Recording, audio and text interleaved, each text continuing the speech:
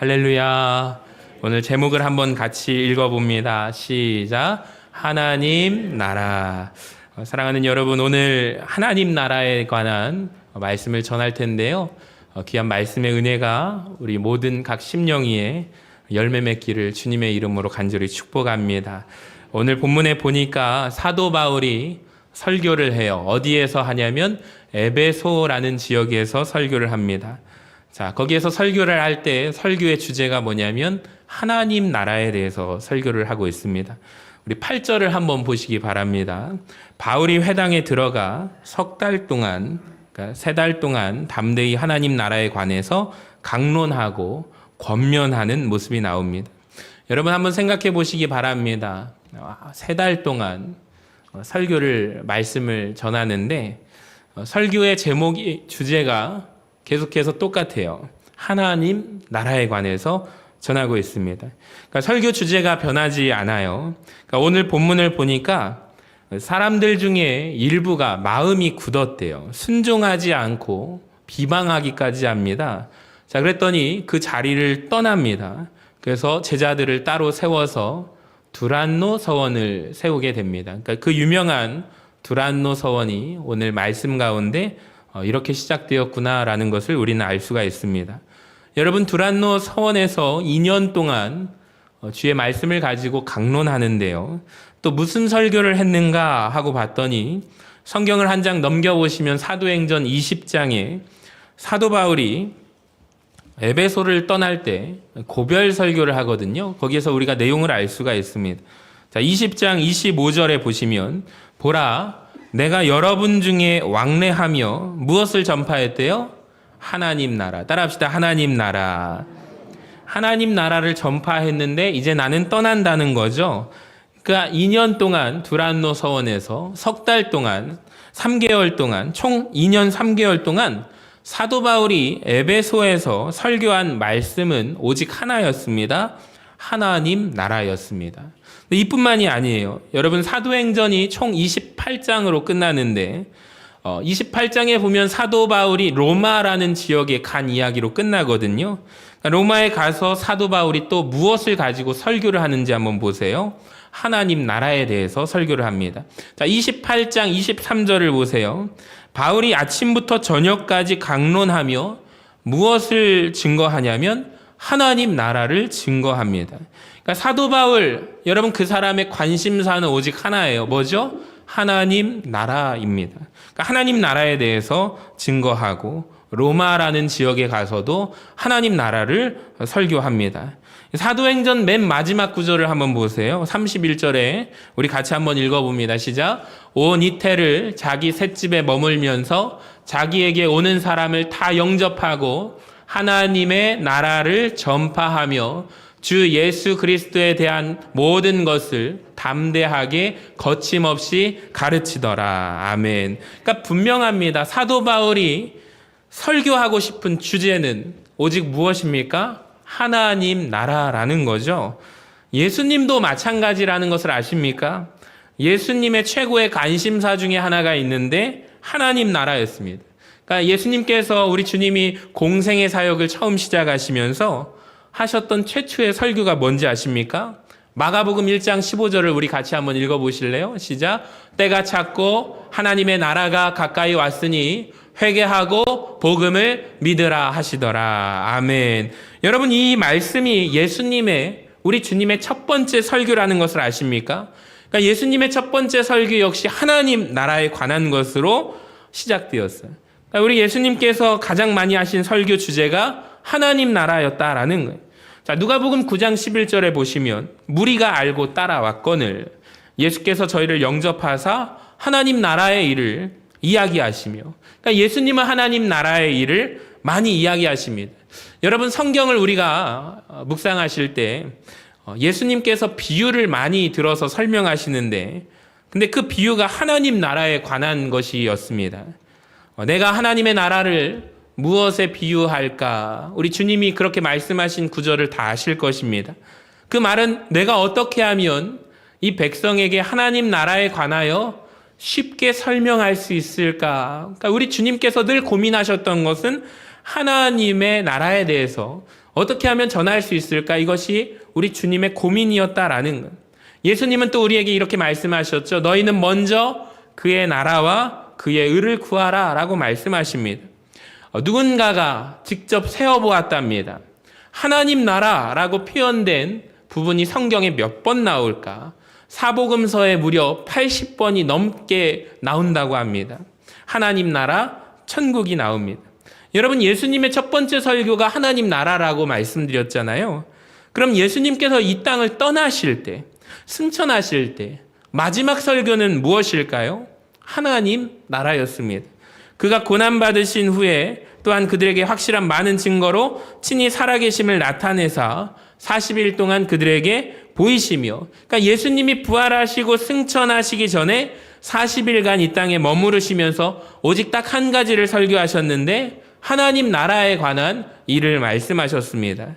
여러분, 이 말씀은 사도행전 1장 3절에 기록되어 있거든요.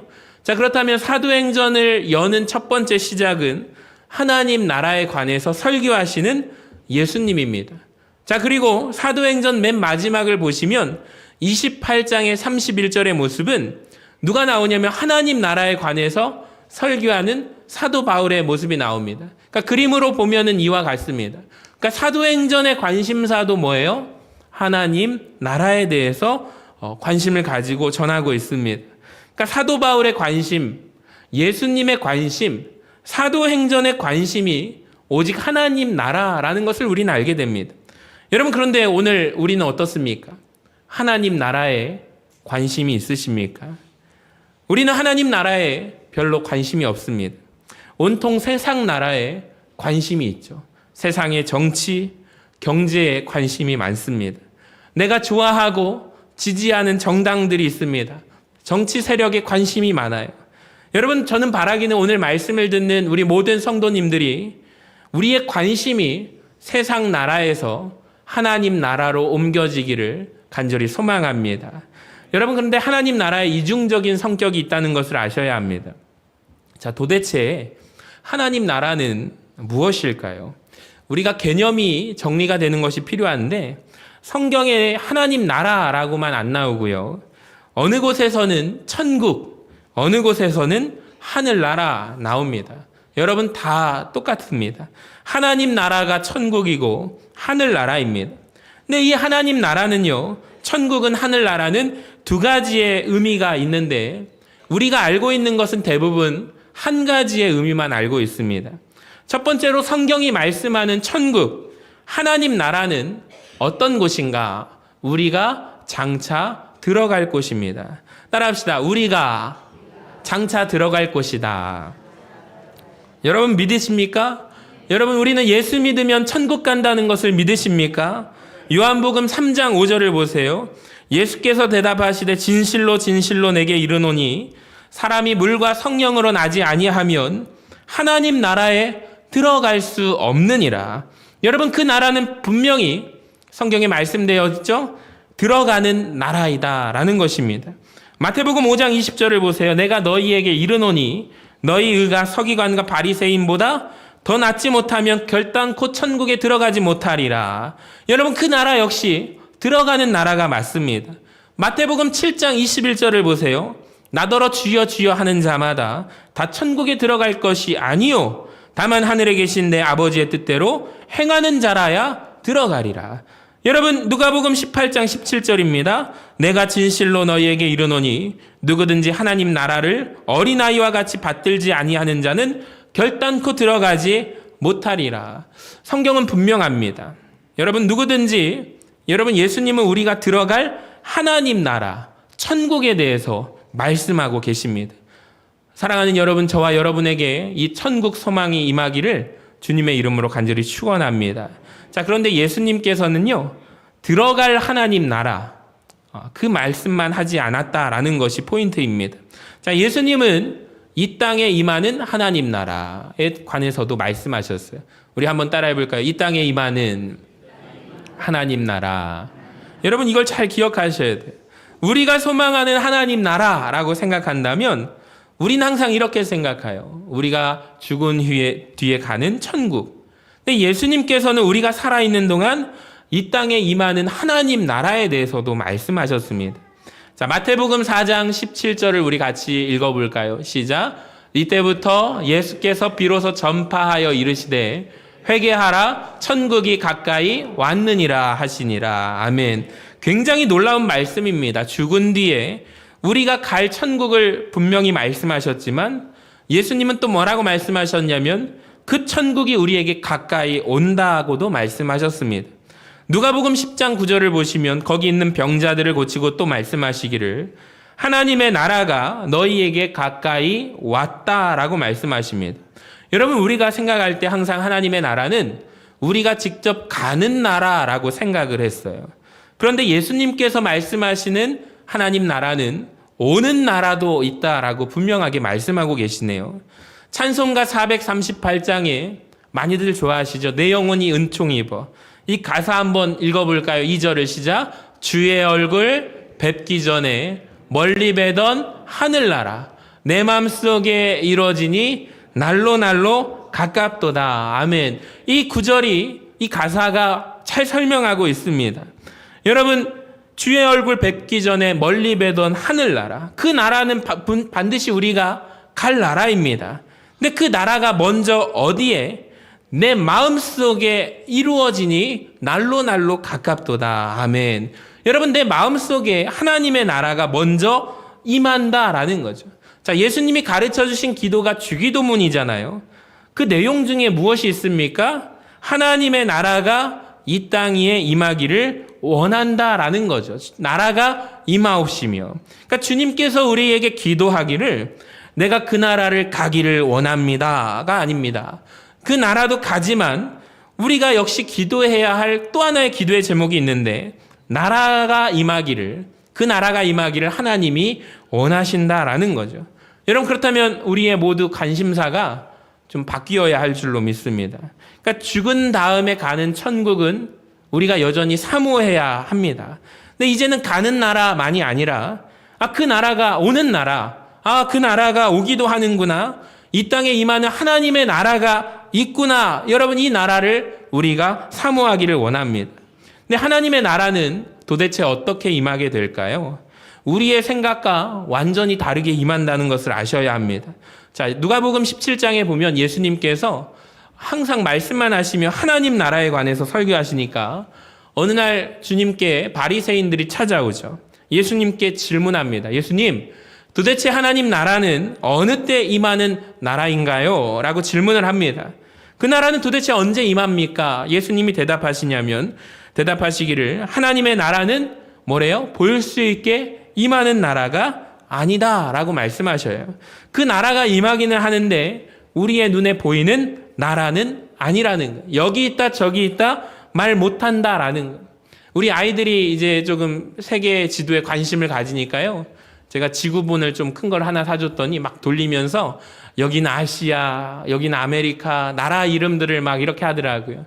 어느 순간에 저보다 많은 나라를 알게 되었고, 이제 그렇게 하다 보니까 제가 지기도 합니다.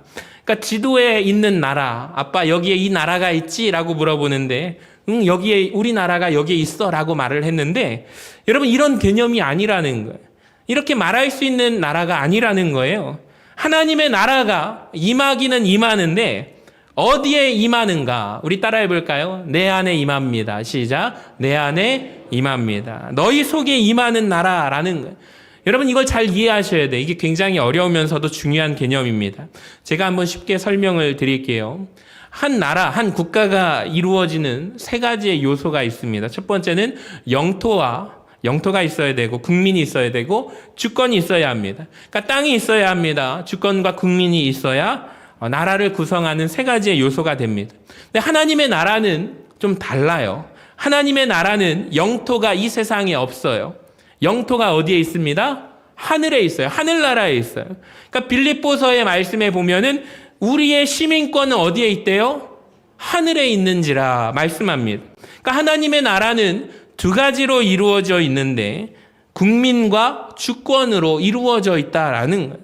하나님의 나라는 한 사람의 삶에 시작되는데 어느 날 한 사람이 예수님을 나의 구주로 믿었어요. 영접했어요. 이제는 뭐라고 말하냐면 내가 내 뜻대로 살지 않고 하나님의 뜻대로 살기를 원합니다. 하나님의 통치와 주권을 인정하기 시작합니다. 오늘 새벽에 오신 성도님들과 함께 나누었던 말씀은 신앙생활이란 무엇인가? 결국에 우리의 삶의 환경 가운데 내가 판단했던 것이요, 이제는 전환이 되어서 예수님이라면 어떻게 행동하실까? 예수님이라면 어떻게 하실까를 우리가 고민하면서 주님께 뜻을 물어가는 것이 신앙생활이다라고 제가 오늘 새벽에 함께 말씀을 나누었거든요. 여러분, 이렇게 이해하면 쉽습니다. 제가 인생의 어느 순간에 모태신앙으로 태어났지만 예수님을 나의 왕이시고 나의 구주로, 나의 주님으로 영접하는 때가 있었습니다. 때로는 넘어집니다. 넘어지고 낙심하지만 저는 항상 그분의 뜻대로 살기를 간구하고 기도합니다. 여러분, 이 말씀은 내 삶에 하나님의 나라가 임했다라는 말입니다. 여러분, 저는 천국 갈 거지만 그 전에 천국 백성으로, 하나님 나라 백성으로 살기 시작한다라는 말이에요. 그러니까 여기 계신 우리 모든 성도님들도, 여러분도 예수님을 믿고 나의 삶의 주인으로, 예수님을 구주로, 왕으로 인정하고 영접하면 이제는 내가 내 뜻대로 사는 것이 아니라 그분의 뜻대로 살아야지, 하나님의 뜻대로 살아야지. 아멘. 여러분, 이렇게 다짐하면 여러분의 인생에 하나님 나라가 임하게 될 줄로 믿습니다. 내 영혼이 은총 입어, 그 찬양 3절을 보시면 우리 같이 읽어볼까요? 시작. 높은 산이 거친 들이 초막이나 궁궐이나 내 주 예수 모신 곳이 그 어디나 하늘나라. 아멘. 이렇게 될 줄로 믿습니다. 그러니까 이 나라는 보이지 않지만 여러분, 근데 확인될 수가 있대요. 로마서 14장에 보면 바울이 우리에게 이런 말을 하거든요. 하나님의 나라가 어떻게 확인될 수 있느냐? 하나님의 나라는요, 먹고 마시는 것으로 확인이 안 된대요. 신앙생활 하다 보면 이런 분들이 가끔 있습니다. 제가요, 예수 믿고 나서 축복을 많이 받았어요. 예전과 비교해 보니까 10년 전과 비교해 볼 때 제가 많은 축복을 받아서 훨씬 더 풍요롭고 잘 살게 되었습니다. 여러분, 그거 아닙니다. 그걸로 확인되지 않는데요.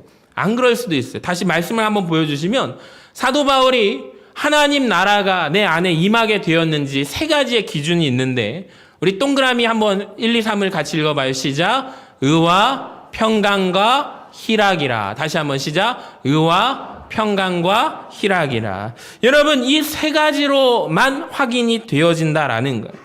여러분, 내가 예수를 믿고 나서, 예수를 나의 주님으로 영접하고 나서 내 인생이, 삶이 곤핍하고 더욱더 어려워질 수도 있습니다.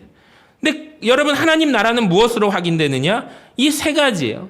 자, 지금부터 한번 이 세 가지를 통해서 여러분에게 한번 적용해 보세요. 내가 하나님 나라 백성인지 아닌지, 하나님 나라가 내 안에 임했는지 안 임했는지 세 가지로 확인이 됩니다. 첫 번째로, 하나님 나라 백성에게는 의로움이 임합니다.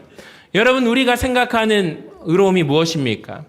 대부분 우리가 하나님의 의에 대해서 생각할 때 오해하시는 부분이 정의로움을 많이 우리가 생각합니다. 근데 성경이 말씀하는 의로움은, 의는 그런 뜻이 아닙니다. 성경에 보면 노아를 당대 의인이다라고 말하고요, 욥이 의인이다라고 말씀합니다. 여러분, 이 말은요, 사람들이 정의로운 사람들이어서가 아닙니다. 성경이 말씀하는 의로움에 대해서 하나님과의 올바른 관계가 의다라고 말합니다. 그래서 성경이 말하는 의인의 기준은요, 하나님과의 관계가 올바른 사람이 의인입니다. 여러분, 꼭 기억하시기를 바랍니다. 의인이 무엇이라고요? 하나님과의 관계가 올바른 사람입니다. 그러니까 하나님의 나라가 내 삶에 임하게 되면 여러분, 무슨 역사가 이루어질까요?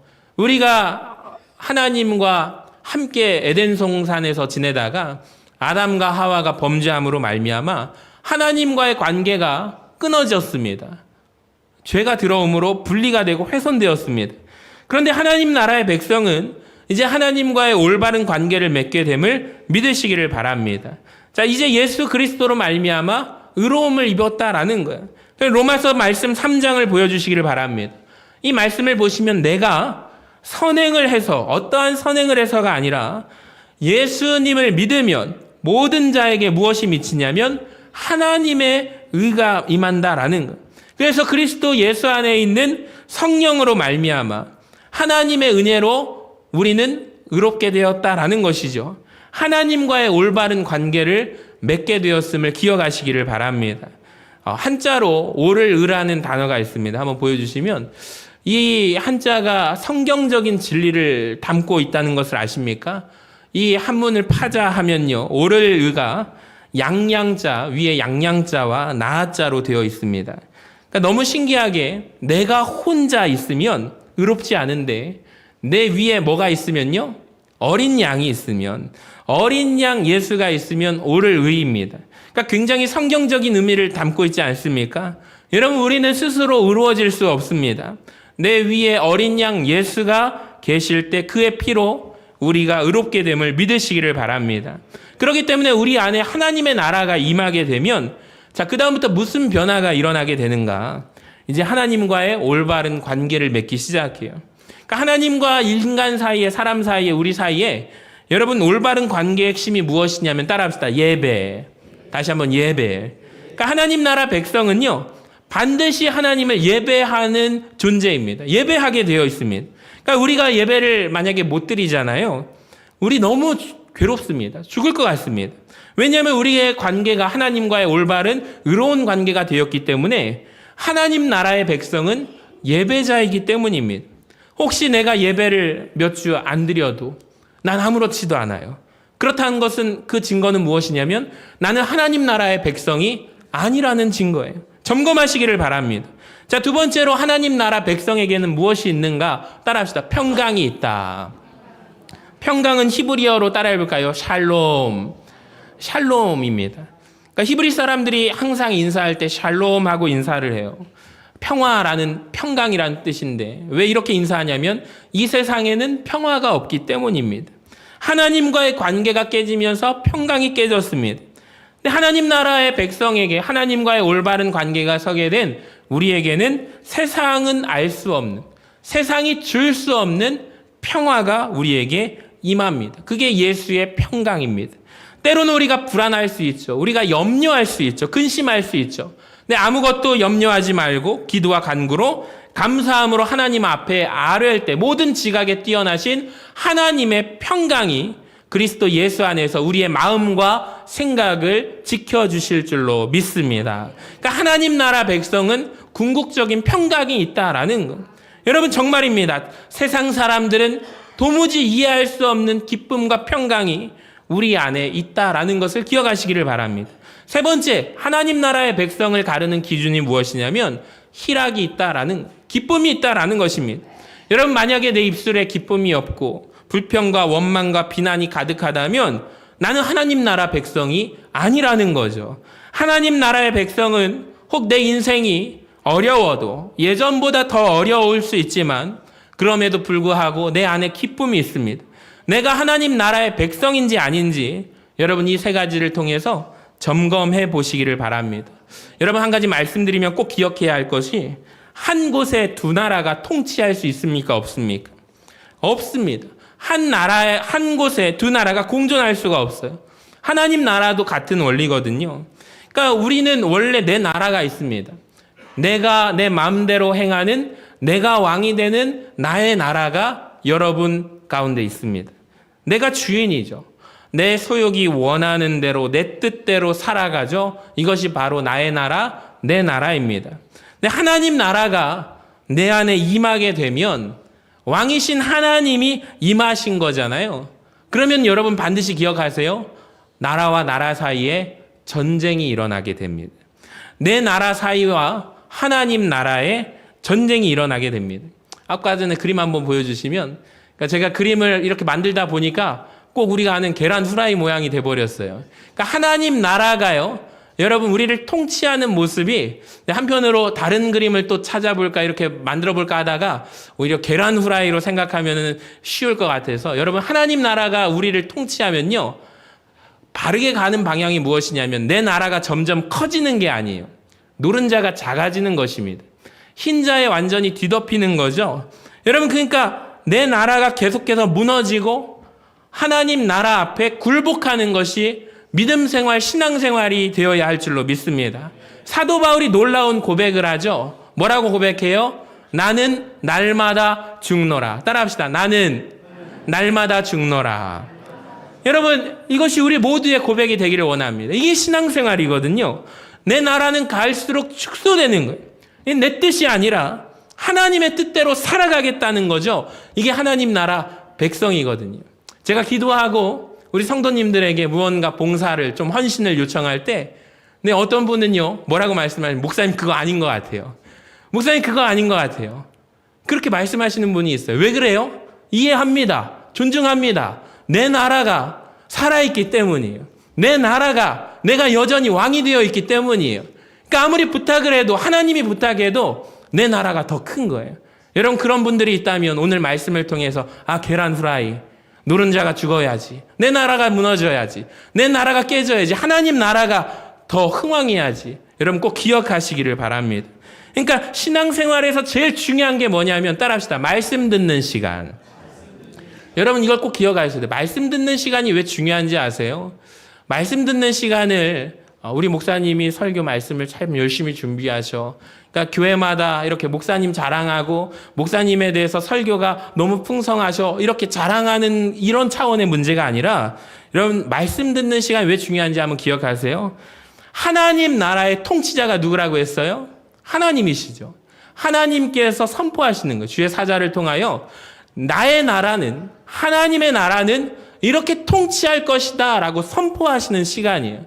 자, 그런데 우리의 나라가 죽고 우리의 나라가 쇠하고 하나님 나라가 커져서 우리가 맞습니다, 하나님, 주의 뜻대로 살아가겠습니다, 내가 그 말씀대로 충성하겠습니다 라고 다짐하는 시간이 말씀 듣는 시간이에요. 그러니까 우리 성도들이 해야 할 것은, 따라합시다. 아멘. 다시 한번 아멘.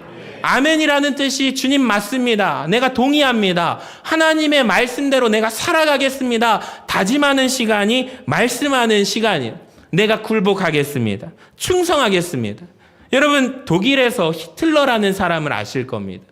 이 사람을 많은 학자들이 연구했는데, 이 사람이 권력 잡자마자 어떤 행동을 하는지 아십니까? 이 사람이 연설하는 걸 참 좋아했대요. 근데 연설을 할 때 사람들을 동원해서 시키는 것이 있는데, 그 다음 사진을 보여주시면 히틀러가 연설을 할 때 내가 앞으로 이 나라를 이렇게 통치할 것입니다, 말 한마디, 문장 하나가 끝날 때마다 뭐라고 하냐면 하이 히틀러라고 오른손을 들어서 히틀러에게, 나는 당신을 존중합니다, 난 당신의 의견에 동의합니다, 난 당신을 존경합니다, 그 말이 맞습니다 라는 것을 시켰대요. 어느 날도 1936년 해군 훈련함 진수식에 참여해서 히틀러가 연설을 하게 되는데, 여기서도 연설을 합니다. 내가 이런 나라를 세우겠습니다. 그랬더니 모든 사람들이 오른손을 들어서 하일 히틀러라고 외쳤습니다. 여러분, 사진을 보니까 한 사람이 팔짱을 끼고 있네요. 사진에 이 사람이 발각이 되었습니다. 사진에 찍혔어요. 여러분, 이 사람 어떻게 되었을까요? 곧바로 수용소에 수감되었습니다. 저항의 표시였습니다. 그러니까 이 사람이 이렇게 외친 거죠. 모두가 오른손을 들어서 하일 히틀러 외칠 때, 나는 히틀러가 통치하는 이 통치에 동의할 수 없습니다. 히틀러의 통치가 독일이라는 나라의 모든 전역에 그 통치가 임했지만 나에게는 임하지 않았습니다. 나는 그 통치 방법을 따르지 않겠습니다. 저항의 표시로 팔짱을 끼고 이렇게 앉아 있었던 거죠.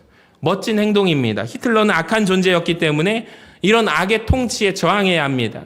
근데 여러분, 이 모습을 한번 생각해 보실 때, 우리가 예배 시간에, 말씀을 듣는 시간에 한번 생각해 보시면 달라집니다. 어쩌면 하나님께서 하나님 나라에 대해서 선포하시고 있는데, 하나님은 나는 이렇게 하나님 나라를 통치하겠다라고 말씀하고 있는데, 우리는 아멘이라고 반응해야 하는데, 만약에 팔짱 끼고 있다면 어떻게 될까요? 다행히 하나님은 히틀러처럼 팔짱 꼈다고 포로 수용소로 끌고 가지는 않습니다. 감사하죠. 근데 우리가 하나님의 말씀을 들을 때 아멘으로 반응해야 합니다. 아멘, 충성하겠습니다, 따르겠습니다. 여러분, 말씀 들으실 때 아멘 하시기를 바랍니다. 마지막으로, 하나님 나라는 우리가 죽은 뒤에 갈 나라가 맞지만 이미 하나님 나라의 백성들에게는 시작된 나라라는 것입니다. 그러니까 아직 완성된 나라는 아니에요. 근데 이 나라가 언제 완성이 될까요? 예수님의 재림을 통해서 완성이 됩니다. 여러분, 우리는 예수님의 재림을 사모하시기를 바랍니다. 따라합시다. 재림을 사모합시다. 근데 여기에 좀 거부감이 드는 분들이 있을 거예요. 왜 그러냐면 시한부 종말론자들 때문입니다. 그분들의 문제가 뭐냐면요. 그분들이 재림을 사모해서가 문제가 아닙니다. 자꾸 재림, 예수님의 재림과 무엇을 연관짓냐면 두려움을 연관짓습니다. 근데 여러분 그건 아니거든요. 성경이 말씀하고 있는 예수 그리스도의 재림은 두려운 날이기 이전에 소망의 날이요 기쁨의 날인 줄로 믿습니다. 여러분 우리가 이 땅에 하나님 나라 백성으로 살아가는데 우리의 왕이 우리를 통치하시는 왕이 오시는 날이잖아요. 여러분 그렇게 생각하면 우리가 두려워할 이유가 없습니다. 우리의 왕이 그날에 오시는 줄로 믿습니다. 그러니까 우리는 반드시 이 땅에 살아가면서 예수님의 재림을 사모하면서 살아가야 합니다. 데살로니가전서 1장 9절에 보면 하나님 나라의 백성된 자의 태도에 대해서 동사 4가지로 정리하였는데요. 한번 보여주시면 첫 번째로 우상을 버리고 라고 되어 있습니다. 여러분 우리는 하나님 나라 백성이기 때문에 하나님 외에 다른 것을 섬기면 안 됩니다. 우상을 버리시기를 바랍니다. 두 번째로 하나님께로 돌아와야 한다라는 것입니다. 하나님께 온전히 돌아오셔야 합니다. 그러니까 하나님 나라 백성이니까요. 하나님을 떠나 살면 안 되는 존재이니까요. 하나님께 돌아와야 할 줄로 믿습니다.